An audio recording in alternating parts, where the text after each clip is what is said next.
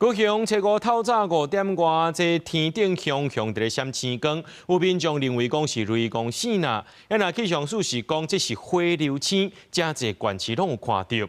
台北天文气象站就讲，这火流星是特别出现，不过亲像这粒遮尔光的，确实是真罕见。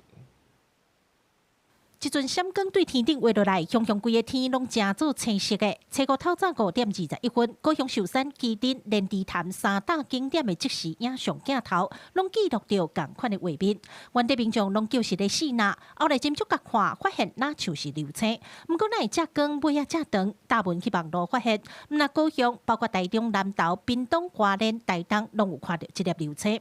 长期推测天文教育的时势地讲，这是一粒火流星。很亮以外，它特别的地方在于，它火流星造成的烟尘在大气中持续了超过3分钟啊，这么久的烟尘持续时间是比较罕见的。对屏东原就国小的流星监视器看个愈清楚，一撮快速的青光过后，伫天顶留下一条白线，大约3分钟久才消失无快。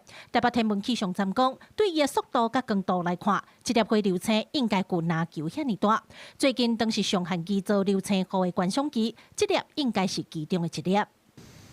只要是亮度大约达到-4等以上的，我们就可以称作火流星。